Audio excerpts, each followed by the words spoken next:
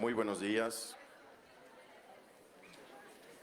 La Facultad de Derecho les da a todas y a todos ustedes la más cordial de las bienvenidas a la instauración de la Cátedra Extraordinaria Carlos Fuentes. Nos honran esta mañana con su distinguida presencia en este auditorio la señora Silvia Lemus Covarrubias, periodista y viuda de Carlos Fuentes. Sea usted bienvenida.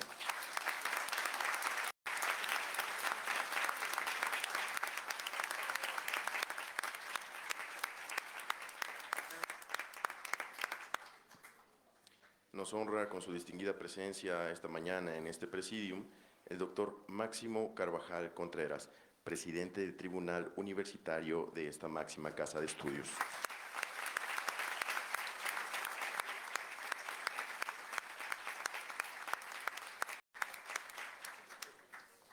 Con enorme agrado damos la bienvenida a la doctora Sonia Venegas Álvarez, secretaria general de esta facultad.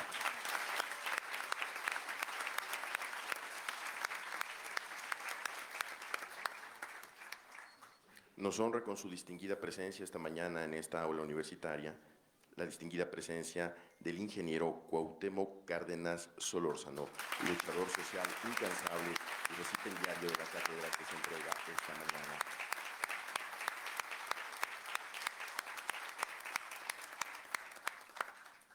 De igual forma, damos una calurosa bienvenida a la presencia de la doctora Ruth Zabaleta, catedrática distinguida de esta casa de estudios.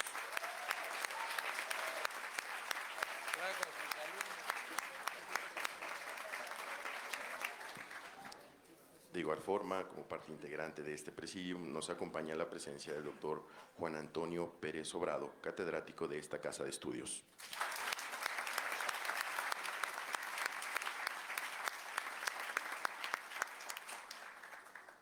Presidiendo el presente acto nos acompaña el doctor Raúl Contreras Bustamante, director de la Facultad de Derecho de la Universidad Nacional Autónoma de México.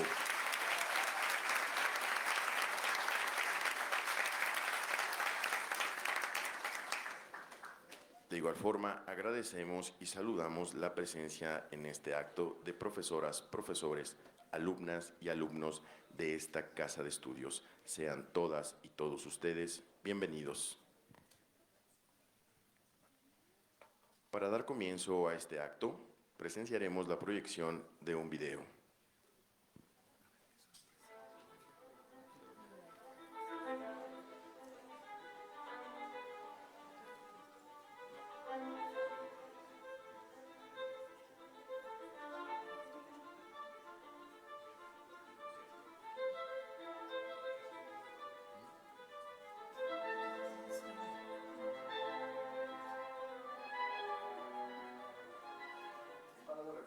Del gobierno de Lázaro Cárdenas, eso tiene su importancia.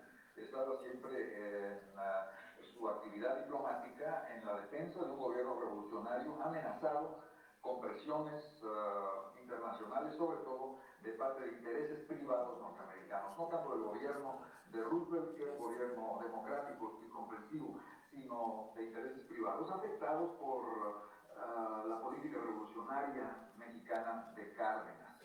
Entonces siempre tuve una idea muy cierta de que pertenecía a una cultura, a una nacionalidad que era la de México. Y sin embargo estaba inserto para mi vida cotidiana en la cultura de los Estados Unidos. Esto creaba un conflicto que, como lo he contado otras veces, y tú lo sabes, explotó, se agudizó en el momento de la expropiación petrolera en 1938.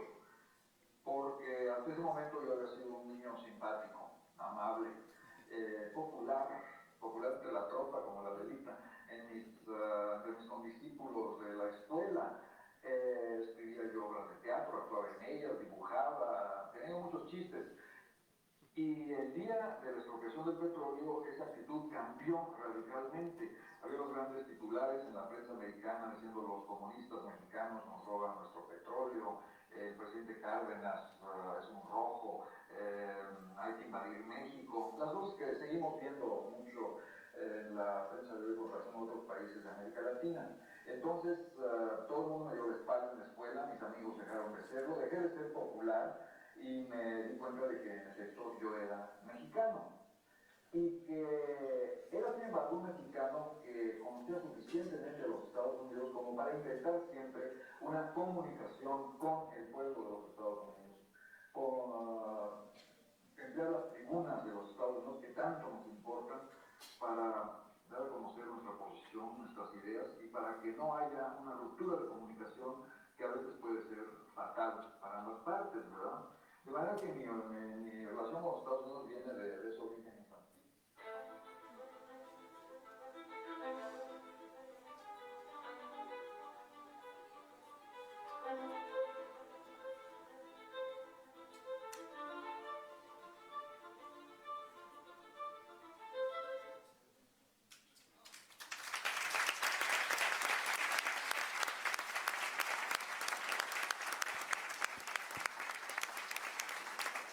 A continuación, es momento de escuchar con atención las palabras a cargo del doctor Raúl Contreras Bustamante.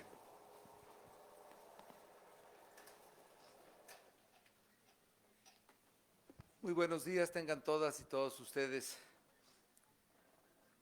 Muy admirada y querida doña Silvia Lemus Covarrubias, periodista y viuda de Carlos Fuentes. Señor ingeniero Cuauhtémoc Cárdenas Solórzano, como siempre, bienvenido a esta su Facultad de Derecho.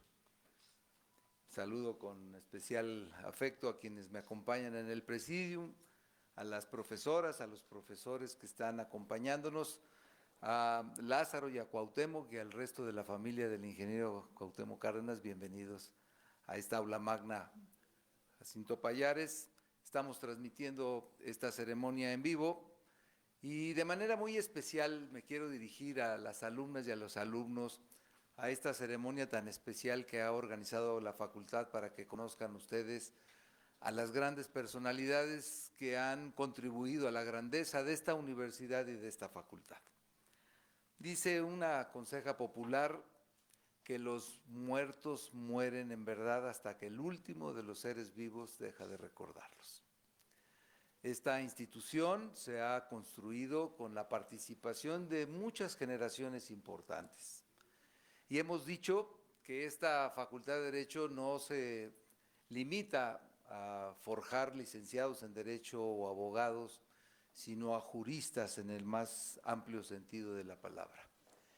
Y entre los estudiantes muy distinguidos, entre los egresados especiales, está Carlos Fuentes, que es la personalidad que acaban ustedes de escuchar, que es un mexicano de excepción, que pareciera que hace mucho tiempo ha desaparecido, que formó parte de este boom latinoamericano del que formaron parte Gabriel García Márquez, Mario Vargas Llosa, que todavía lo tenemos con nosotros, Juan Rulfo, Elena Garro, Julio Cortázar, Rosario Castellanos o Mario Benedetti.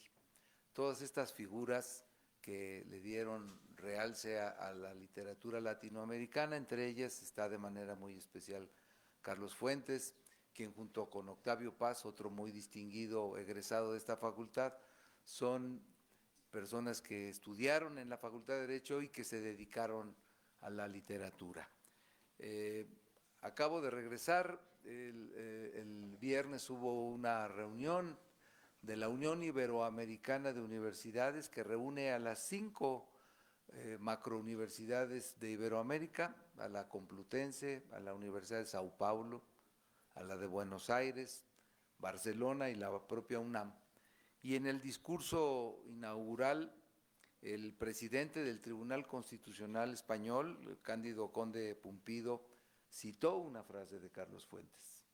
Dijo que, como decía Carlos Fuentes, que el océano Atlántico no nos divida, sino que nos siga uniendo, lo que les da a ustedes una señal de la trascendencia universal que tiene nuestro homenajeado. Hemos creado en el Consejo Técnico una serie de cátedras extraordinarias y en la sesión del 29 de junio, me acompaña en el presidium el señor decano del Consejo Técnico, el Consejo Técnico aprobó por unanimidad una propuesta de doña Silvia Lemus de que este año la cátedra extraordinaria Carlos Fuentes la recibiera el ingeniero Cuauhtémoc Cárdenas Solórzano.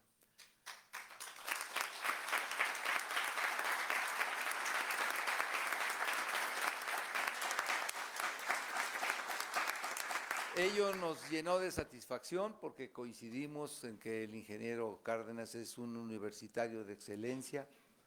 La universidad recuerda los eventos importantes, masivos que se organizaron en 1988, en 1997 y en el año 2000 en sus candidaturas como luchador social, como hombre congruente, como una de las principales figuras políticas que han generado el cambio democrático en México. Así que, como decía Carlos Fuentes, tenemos que combatir esta amnesia que ha sido demasiado prolongada de nuestra historia, que nos ha obligado a ver la importancia que tiene el pasado y la necesidad de la memoria de nuestro presente. A mí me gusta siempre que evoco a Carlos Fuentes, citar una frase de uno de sus libros que más me gusta, Tiempo Mexicano, que comenta que cuando andaba por Morelos buscando llegar a Nenecuilco para ver el lugar donde habían asesinado a Zapata, le preguntó a un campesino, pararon el carro, él y su acompañante, y le dijeron que cuánto faltaba para llegar a Nenecuilco, y el campesino les dijo, si hubieran madrugado y hubieran salido temprano ya hubieran llegado. Esa es la respuesta por la cual, jóvenes, queremos que ustedes madruguen, que se adentren a la lectura de la obra de Carlos Fuentes y a que conozcan precisamente esta acción que hace la Facultad de Derecho. Al recordarlo, al mantenerlo vivo, al presumirlo como uno de nuestros grandes egresados, al mismo tiempo hacemos un gran reconocimiento a una personalidad como la del ingeniero Cuauhtémoc Cárdenas, que hoy nos honra con su presencia y que, jóvenes, creo que para ustedes será un privilegio comentar dentro de unos años que ustedes tuvieron la oportunidad de conocer y de escuchar a este prohombre. Muchas gracias, ingeniero, por haber aceptado. Muchas gracias, doña Silvia, y adelante con el evento. Muchas gracias.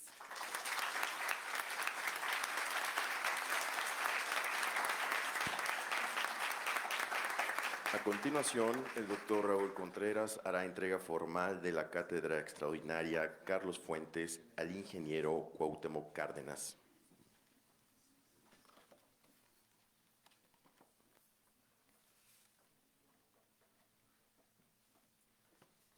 El Honorable Consejo Técnico de la Facultad de Derecho de la Universidad Nacional Autónoma de México otorga la presente Cátedra Extraordinaria Carlos Fuentes al ingeniero Cuauhtémoc Cárdenas, que en reconocimiento a su desempeño académico y su labor con la sociedad mexicana. Cuauhtémoc.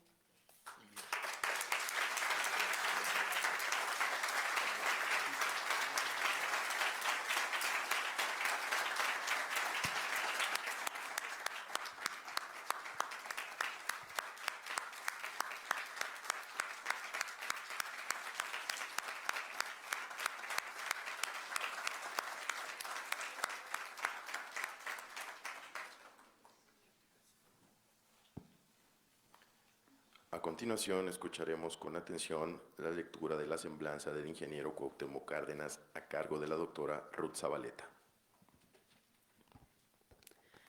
Antes que nada, me permito decir que es un gran honor para mí leer la semblanza del ingeniero Cuauhtémoc Cárdenas, así como fue un gran honor para mí dar un mensaje en sus 80 aniversarios de Carlos Fuentes en el Alcázar de Chapultepec. Él me invitó y me siento muy honrada, me siento muy conmovida de que hoy coincida en esta mesa con este homenaje. Muchas gracias. Cuauhtémoc Cárdenas Solórzano nació en 1934 en la Ciudad de México. Es ingeniero civil por la UNAM. Entre 1959 y 1976 fue coordinador de los estudios de la cuenca del río Balsas, ingeniero residente de la construcción de la presa José María Morelos La Villita, sobre el río Balsas, de por allá de donde yo soy, subdirector de la siderúrgica Lázaro Cárdenas Las Truchas y gerente del fideicomiso Ciudad Lázaro Cárdenas. En 1976 fue designado subsecretario forestal y de la fauna, cargo que ejerció hasta 1980, gobernador de Michoacán de 1980 a 1986. Desde finales de ese año formó parte de la Corriente Democrática, disidencia interna del PRI, y en 1988 fue candidato a las elecciones presidenciales postulado por la coalición de partidos y organizaciones políticas llamada Frente Democrático Nacional, cuyos integrantes y originarios, algunos están por acá sentados, como Marco Rascón, por ejemplo. En 1989 participó en la fundación del Partido de la Revolución Democrática, que presidió hasta 1993 y del que fue candidato presidencial en 1994 y 2000. En 2014 renunció a dicho partido. De 1997 a 1999 se desempeñó como jefe de gobierno del Distrito Federal, el primero elegido por voto popular en esta ciudad. Actualmente preside el Centro Lázaro Cárdenas y Amalia Solórzano AC. Ha escrito, entre otros libros, Nuestra lucha apenas comienza en 1988, el Proyecto Nacional de la Revolución Mexicana en 1990, La Esperanza en Marcha, Ideario Político en 1998, Palabras de Cárdenas 1999, Sobre mis pasos 2010, Cárdenas por Cárdenas 2016 y Por una democracia progresista, que aquí se presentó el año pasado. En 2011 fue condecorado con la medalla Belisario Domínguez del Senado de la República. Muchas gracias.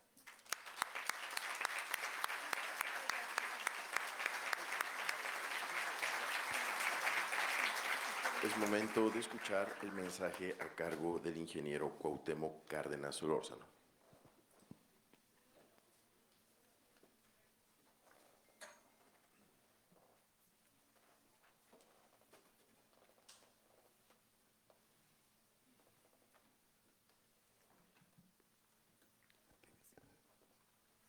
Muy querida Silvia, señor director de la Facultad de Derecho de nuestra universidad, muy estimados amigos todos. El pasado 31 de agosto recibí una llamada inesperada. Mi amiga querida Silvia Lemos de Fuentes, sin mayor preámbulo y de repente, me preguntó si aceptaría yo se me entregara la Cátedra Extraordinaria Carlos Fuentes 2023 de la Facultad de Derecho de la UNAM. Respondí de inmediato que, antes que nada, agradecía la alta distinción que representaba para mí su propuesta, la que desde luego aceptaba. Y aquí estamos. Silvia, nuevamente muchas gracias. Agradezco al Consejo Técnico de la Facultad de Derecho haber aprobado la propuesta de que se me entregara la Cátedra Carlos Fuentes 2023, así como al doctor Raúl Contreras Bustamante, director de la facultad, por haberla presentado, su amistad y la hospitalidad en esta casa de estudio. Y desde luego, la distinción que me representa que se me entregue esta cátedra, particularmente después de que en 2021 y 2022 se entregara a dos eminentes egresados de esta facultad, queridos y respetados amigos, Fernando Serrano Migallón, exdirector de esta facultad, y Porfirio Muñoz Ledo, abogado de causas buenas, compañero de ideas y luchas, quien lamentablemente perdimos recientemente.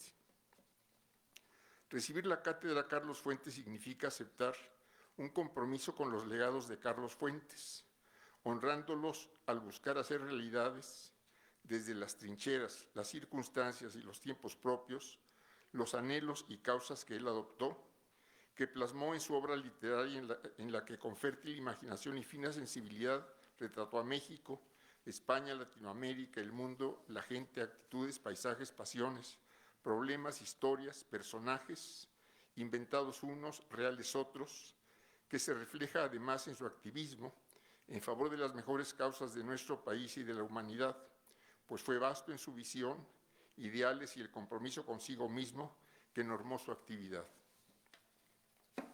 Con Carlos mantuvimos una larga relación de amistad, afinidades y de cercano afecto, aun cuando principalmente nos movimos en mundos distintos.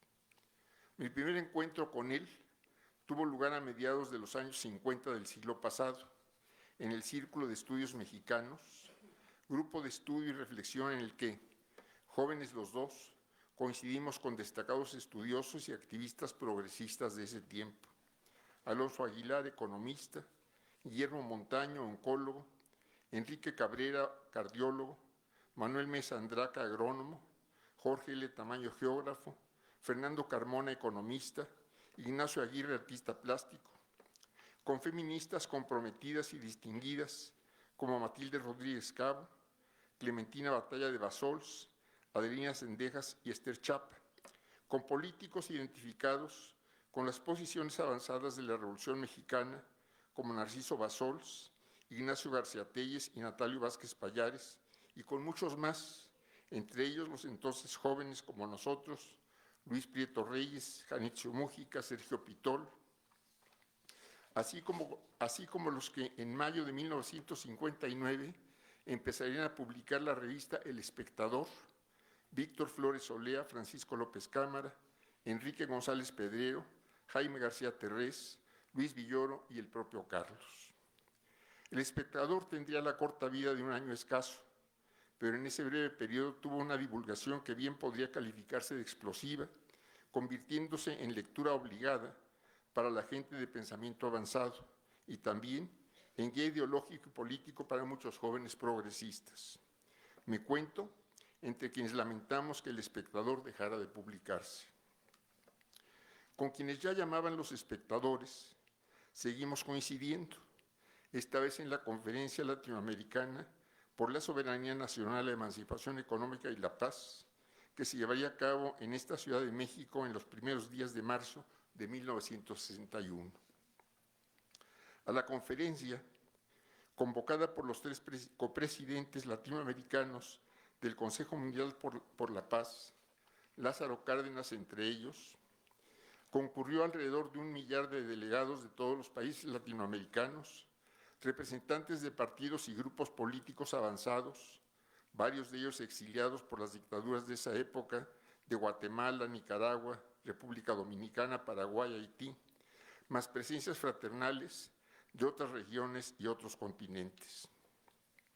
En la reunión se acordó mantener la lucha contra el imperialismo y el colonialismo, impulsar el desarrollo de las economías con autonomía plena, las reformas agrarias con carácter integral, defender a la entonces joven Revolución Cubana, desterrar las bases militares norteamericanas de América Latina, propugnar por la paz, desarrollar las culturas nacionales, liberar a los presos políticos, en aquel momento en México, los dirigentes ferrocarrileros detenidos en 1958 y 1959, más David Alfaro Siqueiros y Filomeno Mata, y formar en cada país un movimiento de liberación nacional que propugnara por llevar a la práctica los acuerdos de la conferencia.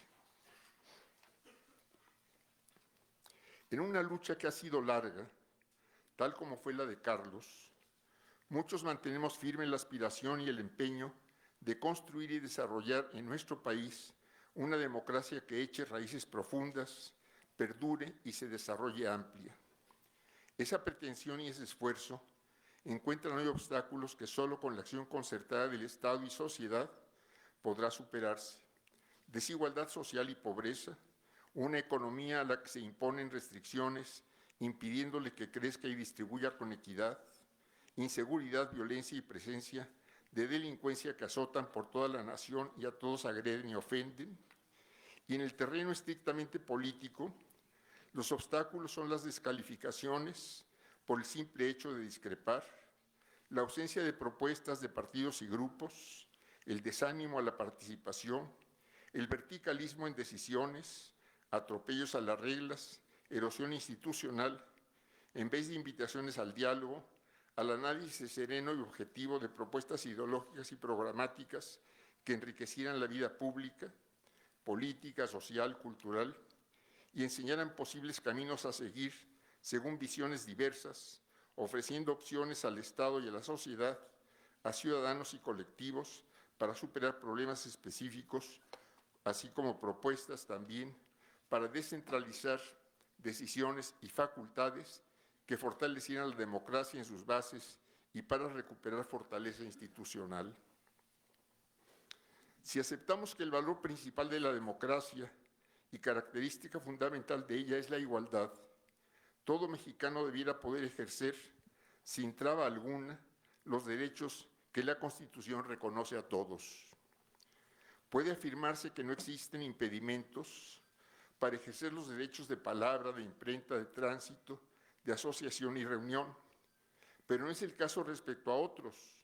La universalidad de la educación obligatoria que se establece en el tercero, los reconocidos en el cuarto, a una alimentación nutritiva suficiente y de calidad, garantizándole el Estado, a la protección de la salud, a un medio ambiente sano, al acceso, disposición y saneamiento de agua para consumo personal y doméstico en forma suficiente, aceptable y asequible, a una vivienda digna y decorosa, en el caso particular de niñas y niños, a la satisfacción de las necesidades de alimentación, salud, educación y sano esparcimiento para su desarrollo integral, fijando además la obligación para ascendientes, tutores y custodios de preservar y exigir el cumplimiento de estos derechos y principios.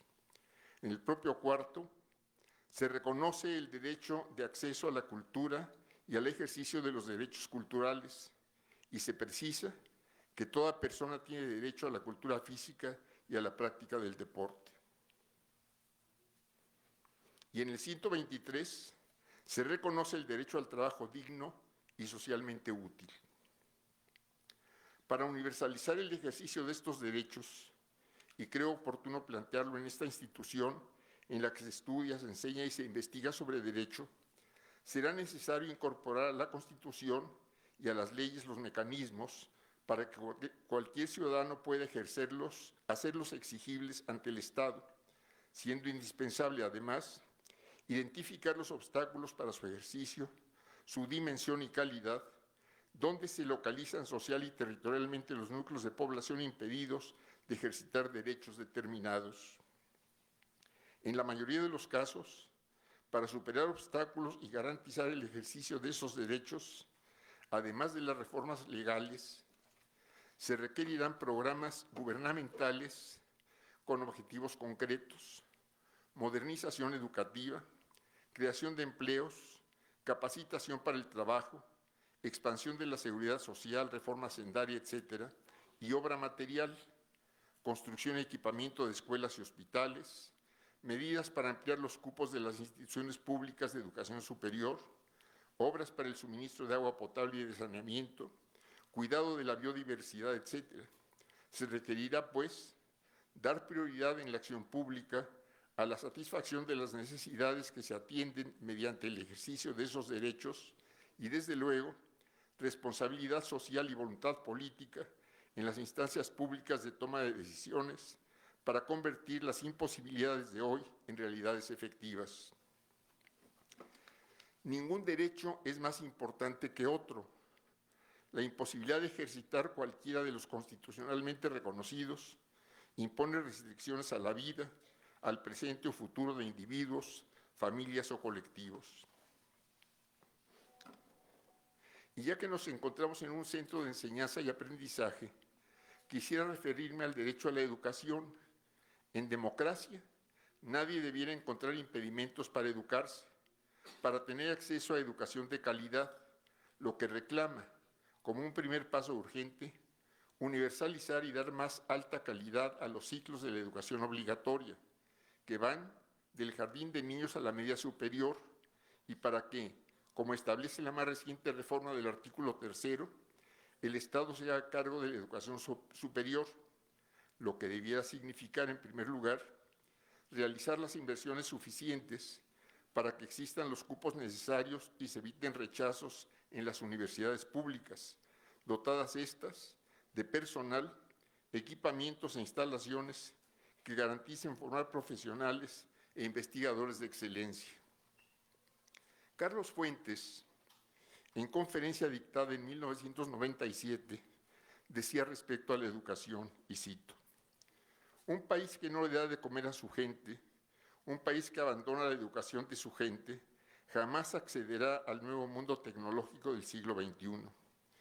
Pero el mundo subdesarrollado lo es porque es pobre, porque es injusto, porque carece de la salud y la educación indispensables para el bienestar de su explosiva fertilidad. La América Latina sigue siendo parte de ese mundo. Y mientras el mundo desarrollado cuenta con amortiguadores sociales, nosotros carecemos a menudo de ellos.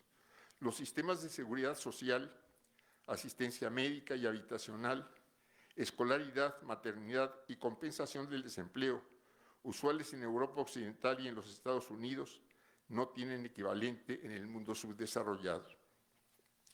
Debemos advertir, en todo caso, los peligros de la educación, de la ecuación educación, trabajo, producción en el mundo desarrollado, para que los tengamos presentes cuando logremos salir de la ecuación ignorancia, desempleo, pobreza en la América Latina. ¿Cómo lo haremos?, se preguntaba Carlos, y él se respondía.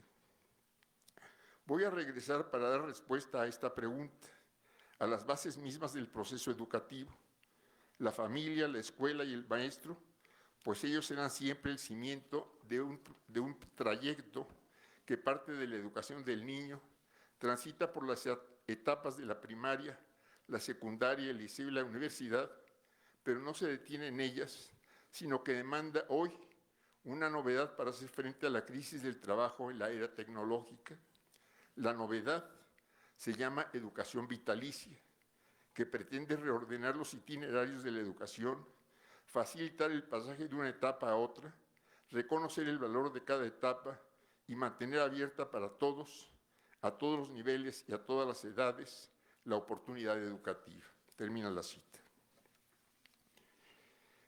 En el mismo plano de prioridad que el derecho a educarse con calidad, se encuentra el derecho al trabajo digno y socialmente útil.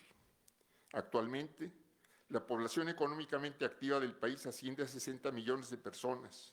De ellas, 26 millones tienen una ocupación formal y 34 millones, 57% del total, se mueven en la informalidad, la mitad de estas incluso fuera del sector propiamente llamado informal, y 4.8 millones se encuentran en la subocupación y casi 2 millones en la franca desocupación. Prioridad del Estado socialmente responsable es garantizar trabajo formal a toda la población activa, lo que nunca ha sucedido y sigue sin suceder en México, por lo que hoy 34 millones de personas mayores de 15 años se encuentran con necesidad de acceder a un trabajo formal digno, remunerado con suficiencia y socialmente protegido. Esa es la dimensión del problema. Educación de calidad y trabajo digno para todos es condición indispensable para que México llegue a convertirse en una nación desarrollada y en una verdadera democracia igualitaria. Desde principios de los años 80 y hasta hoy, se ha impuesto a México una política económica de corte neoliberal, impulsando el desarrollo de una economía de mercado subordinada e imponiendo una irracional austeridad a las inversiones productivas y para el mejoramiento y ampliación de los servicios sociales, en lugar de limitar la austeridad a prestaciones y condiciones de orden personal, lo que ha traído como consecuencia una fuerte desigualdad social, pobreza, concentración de la riqueza, una economía de exiguo crecimiento con serios efectos en la pérdida de empleos, la desindustrialización y la degradación de la economía rural, así como en el despoblamiento de distintas regiones del país y la pérdida por vía de la migración de talento y fuerza de trabajo que mucho podrían haber aportado y estar aportando al progreso nacional. Así, en condiciones de grave asimetría económica y social, respecto a las naciones anglófonas de América del Norte, en 1994 se incorporó a nuestro país al Tratado de Libre Comercio de América del Norte, proyecto de hegemonía de los Estados Unidos, y se le mantiene en su continuidad como TEMEC. Y lo cierto es que desde 1994 a la fecha, la simetría de la economía mexicana respecto a las de sus llamados socios se mantiene, y el rezago económico y la degradación social siguen siendo las características predominantes de nuestro desarrollo. Vistos entonces estos resultados, con patriotismo e inteligencia, debiera pensarse que el camino de México es otro, esto es, abandonar, no de palabras sino en los hechos, las políticas en boga, desarrollando ya no una economía de mercado sin rumbo, sino con mercado, equitativa en la competencia y una sociedad de mercado, esto es, con capacidades de consumo reguladas democráticamente por el Estado. No mantener más las políticas económicas procíclicas, sino poner en práctica políticas contracíclicas que generen crecimiento y desde ya y en el largo plazo. Instrumentar una política hacendaria que dé suficiencia a la inversión pública, aprovechar el llamado nearshoring, esto es la relocalización industrial, que está llegando a México como efecto de cambios en economías poderosas, para poner en práctica una política activa de economía mixta que oriente hacia actividades y hacia qué actividades y qué regiones debiera preferentemente impulsarse esa relocalización industrial que cuente con apoyos institucionales y infraestructura del Estado y en función del interés nacional contribuyera, por ejemplo, al desarrollo, integración y prolongación de cadenas productivas como las de la petroquímica, las tierras raras, el litio, la agroindustria, la minería, etcétera, fomentando así, al tiempo que nuevas actividades productivas, el empleo y los desarrollos regionales. La integración subordinada con América del Norte ha distanciado a nuestro país social, política y económicamente de las naciones y pueblos del centro y del sur, que anímicamente ven ahora a México desinteresado del resto del continente, ajeno a la comunidad latinoamericana y cada vez más dependiente del norte. Recuperar reconocimiento a la identidad latinoamericana debiera ser política prioritaria del Estado mexicano, no tanto para cambiar una impresión que desde el sur pueda tenerse ahora de nosotros, sino porque significaría en la práctica ejercitar con firmeza nuestra soberanía, que sin cortar la participación en el TEMEC y otros proyectos con el norte, busque con este una relación equitativa y de beneficios mutuos, al tiempo que se impulse una política económica interna que responda efectivamente al interés nacional y se compartan esfuerzos con el centro y el sur en la práctica de políticas de autonomía y se avanzara en el viejo ideal de nuestros próceres, la integración política y económica de América Latina que llevara, en visiones de hoy, a constituir un gran bloque territorial, demográfico, de alto potencial productivo y fortaleza democrática, que practicara relaciones de equidad y colaboración solidaria con los otros grandes bloques económico-demográficos ya constituidos, como la América del Norte anglófona, China, la Unión Europea, Rusia, o por formarse en el futuro.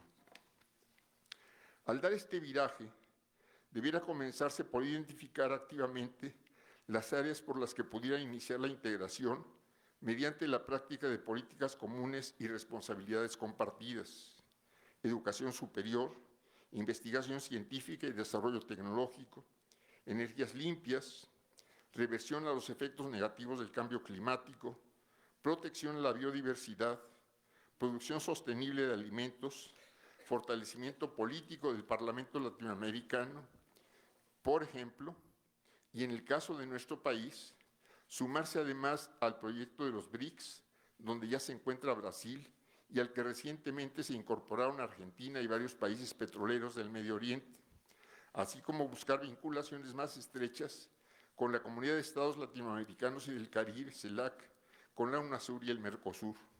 Se estaría así dando pasos firmes en ejercicio activo de la soberanía nacional para resquebrajar la colonización política, económica y cultural que ha venido limitando seriamente nuestro desenvolvimiento.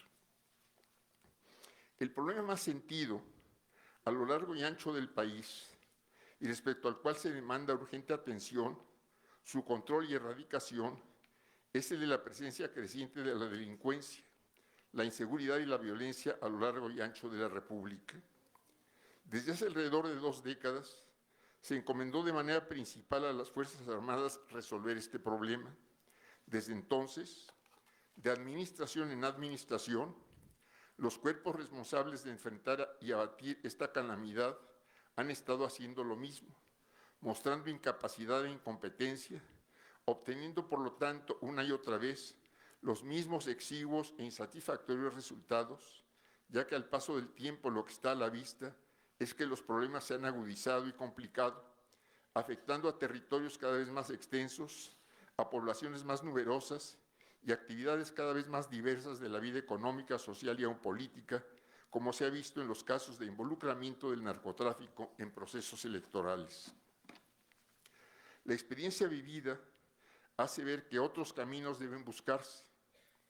Si las Fuerzas Armadas no han dado y no dan los frutos esperados, entendiendo que en buena parte se debe a que no se han diseñado las estrategias adecuadas para alcanzar los objetivos deseados y no cuentan con las capacitaciones que demandan las actividades policíacas, al no ser esa su función constitucional, habría que considerar encomendar esa tarea a un cuerpo diferente, especializado, debidamente dimensionado, preparado y equipado, que cuente con una inteligencia realmente eficaz, debidamente coordinada con las áreas encargadas del combate directo a la delincuencia, que como se ha demostrado desde distintas posiciones y lo establece nuestra Constitución, no dependa del área militar de la administración, sino se ubique en la parte civil. Una estrategia por instrumentar para desplazar territorialmente y abatir la delincuencia debiera ser que Estado y sociedad, conjunta y coordinadamente, a través de un plan de largo plazo, que considere además del combate directo, diferentes programas productivos, educativos y de salud, culturales, deportivos, de generación de empleo y capacitación para el trabajo, organización comunitaria, infraestructura, etcétera, trabajen con dirección y orden en cada región, cada municipio, cada comunidad, cada colonia urbana, para que la acción de Estado y sociedad vaya resolviendo los problemas, expulsando por esa misma presencia y acción permanentes a los elementos nocivos de todas y cada una de las porciones del territorio nacional.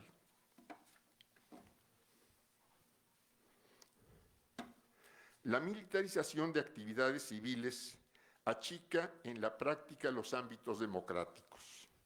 Los mecanismos de decisión en la milicia y en la gestión civil son radicalmente diferentes. Considero urgente e indispensable responsabilizar a civiles de la gestión de actividades eminentemente civiles y mantener a militares estrictamente en las áreas de la responsabilidad militar.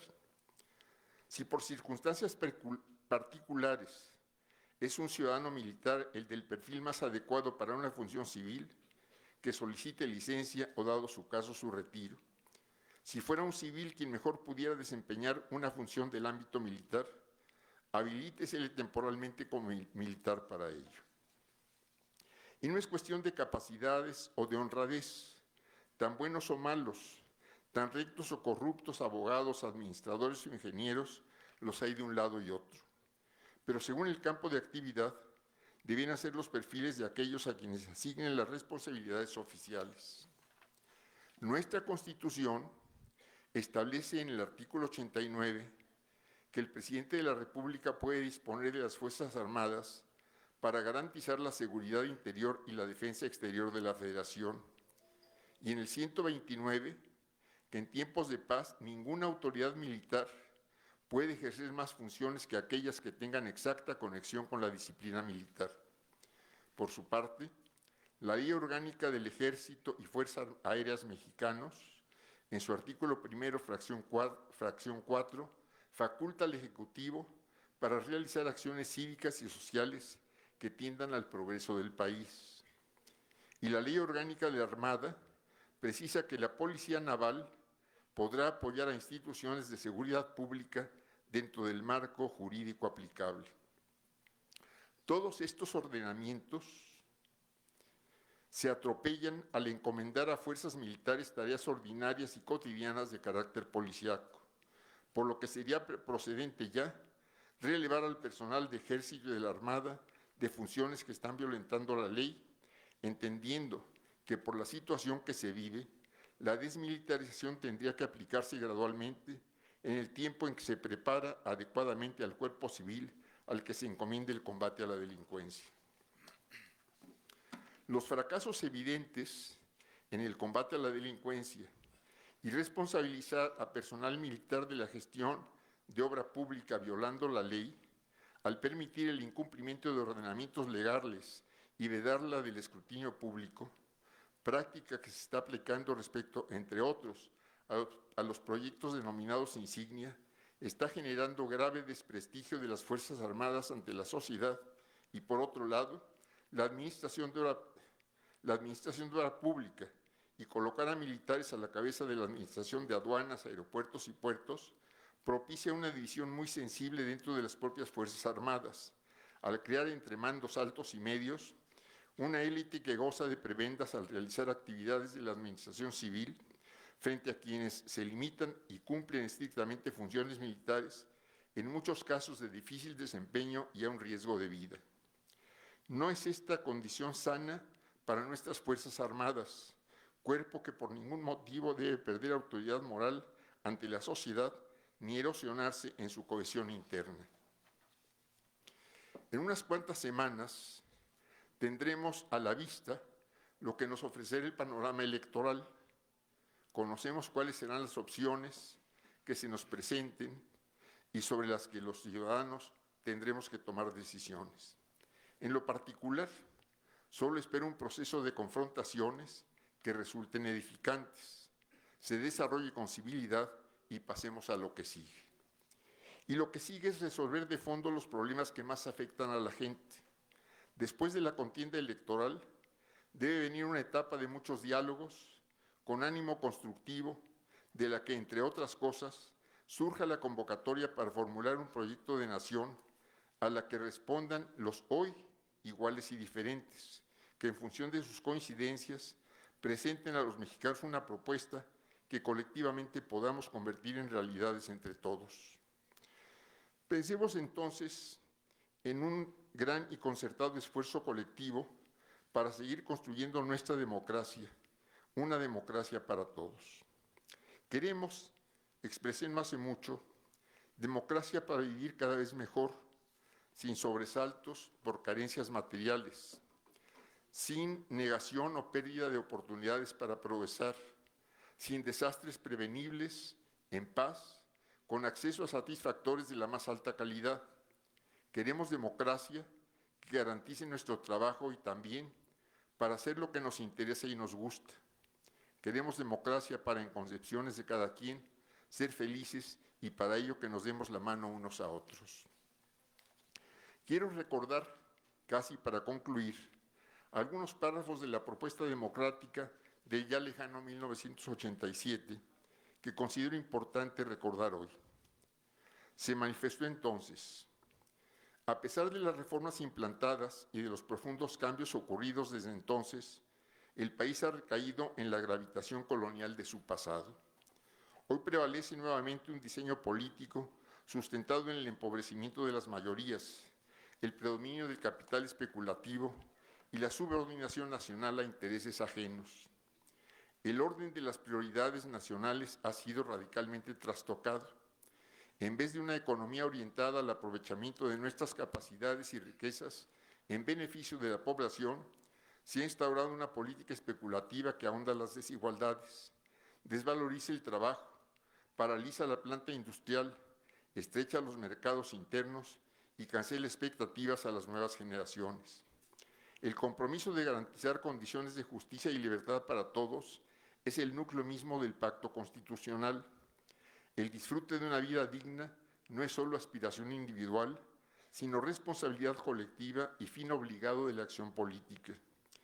Es el nuestro un Estado social concebido para generalizar el bienestar, corregir los desequilibrios entre grupos y regiones y asegurar el máximo posible de igualdad en las oportunidades. Se ha olvidado que la legitimidad del Estado descansa en la fortaleza de la sociedad y en el acatamiento de los principios.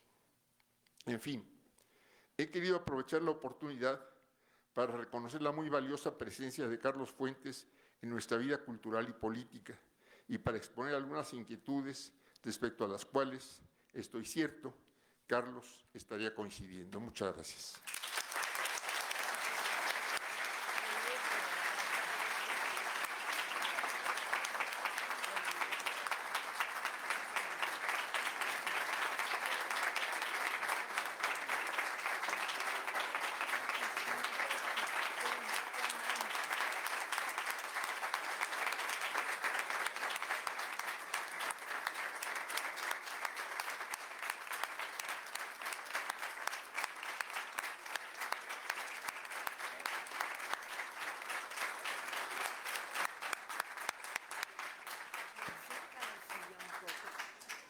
continuación, escucharemos la lectura de la semblanza de Carlos Fuentes a cargo del maestro Antonio Pérez Obrado.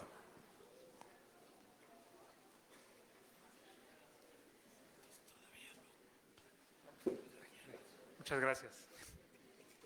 Carlos Fuentes, autor y diplomático mexicano, Carlos Manuel Fuentes Macías, es uno de los grandes escritores hispanoamericanos del siglo XX e inicios del XXI.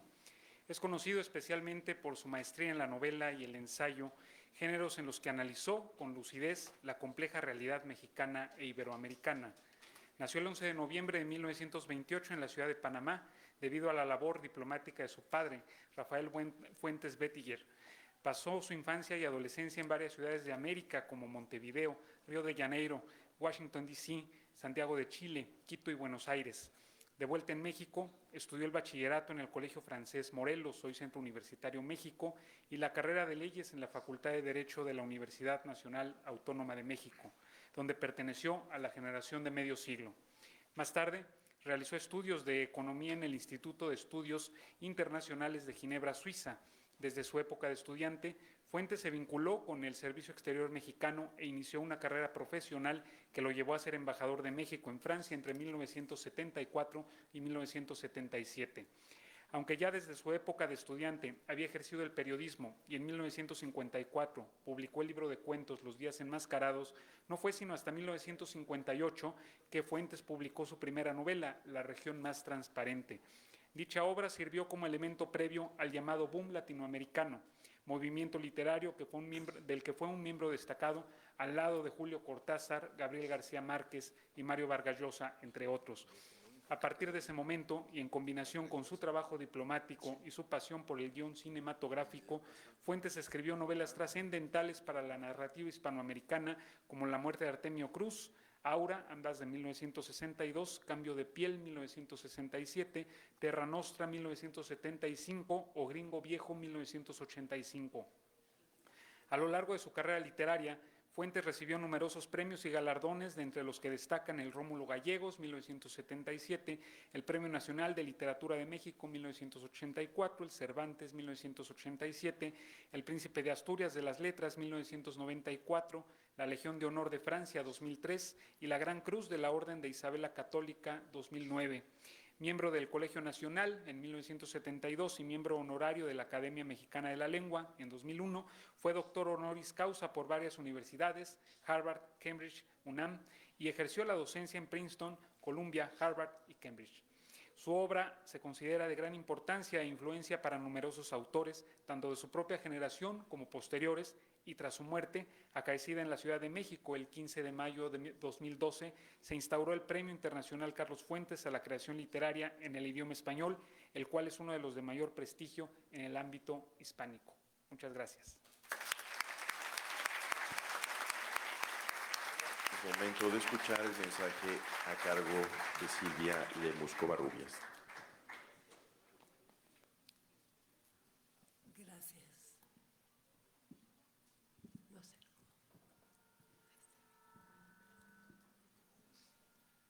Gracias por su presencia a todos ustedes y agradezco a todos los miembros de esta facultad, sobre todo al licenciado, al doctor Raúl Contreras, por haber dado lugar a este gran evento. Y especialmente saludo al amigo de mi esposo y amigo mío, Cuauhtémoc Cárdenas. Quisiera continuar nuestro evento al condenar el ataque bárbaro a la población civil en Israel. No hay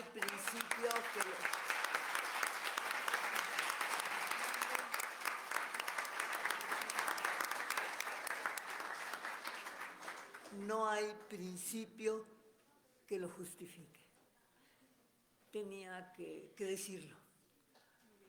Me llena de esperanza estar presente aquí en la Facultad de Derecho, donde el ingeniero Cuauhtémoc Cárdenas preside la cátedra Carlos Fuentes. Mi marido perteneció a la generación llamada generación humanista del medio siglo. Hoy me da alegría que se dan la mano el humanismo y la tecnocracia. Eventos como este nos humanizan ante el horror de las guerras. Por un lado, el derecho nos da la norma que rige nuestra convivencia. Por otro, la literatura nos ayuda a ser tiernos y decentes. No es otra cosa que saber darle a cada quien su lugar y su tiempo. Y los problemas tecnócratas nos ayudan a saber repartir, he dicho algo mal. Y los gobiernos tecnócratas nos ayudan a saber repartir mejor lo que se necesita, aunque no siempre sea suficiente. Hoy finalmente me da alegría que se dan la mano Cuauhtémoc Cárdenas y Carlos Fuentes. Muchas gracias.